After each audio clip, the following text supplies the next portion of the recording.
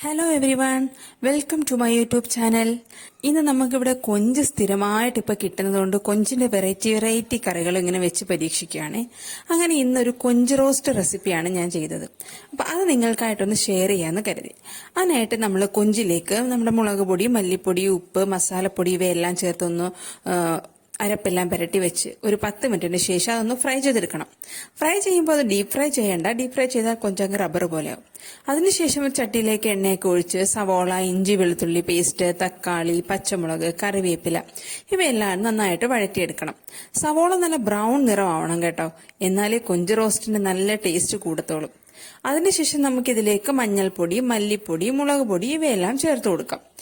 മുളക് പൊടിയും മല്ലിപ്പൊടിയും ഒക്കെ ചേർക്കുന്നത് നമ്മുടെ കൊഞ്ചിന്റെ ക്വാണ്ടിറ്റി അനുസരിച്ച് വേണം. നമ്മൾ എത്ര ക്വാണ്ടിറ്റിയിൽ വെക്കുന്നോ അതനുസരിച്ച് വേണം ചേർത്ത് കൊടുക്കാൻ. എന്നിട്ട് ഇതെല്ലാം വീണ്ടും അതിന്റെ പച്ചമണം മാറുന്നത് വരെ നന്നായിട്ട് വഴറ്റി കൊടുക്കണം. ശേഷം നമുക്ക് ഇതിനകത്തേക്ക് മസാലപ്പൊടി ചേർത്ത് കൊടുക്കാമേ.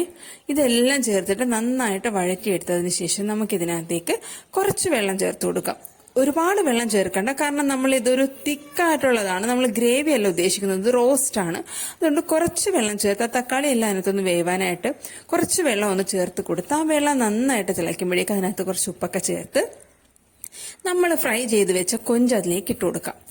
ലാസ്റ്റ് അത് നന്നായിട്ട് തിളച്ച് നല്ല റോസ്റ്റ് പരുവത്തിലാകുമ്പോൾ അതിലേക്ക് നമുക്ക് കറിവേപ്പിലയൊക്കെ ചേർത്ത് കൊടുത്ത് നന്നായിട്ട് ഇളക്കിയെടുത്താൽ നമ്മുടെ കൊഞ്ച് റോസ്റ്റ് ഇവിടെ റെഡിയാണ്. അപ്പൊ എല്ലാവരും എന്റെ ഈ റെസിപ്പി ഒന്ന് ട്രൈ ചെയ്ത് നോക്കണം. എന്റെ വീഡിയോസ് ഒക്കെ ഇഷ്ടപ്പെടുകയാണെങ്കിൽ എല്ലാവരും ഒന്ന് ലൈക്ക് ചെയ്യാനും ഷെയർ ചെയ്യാനും കമന്റ് ചെയ്യാനും സബ്സ്ക്രൈബ് ചെയ്യാനും മറക്കരുത്. Thank you for watching my video.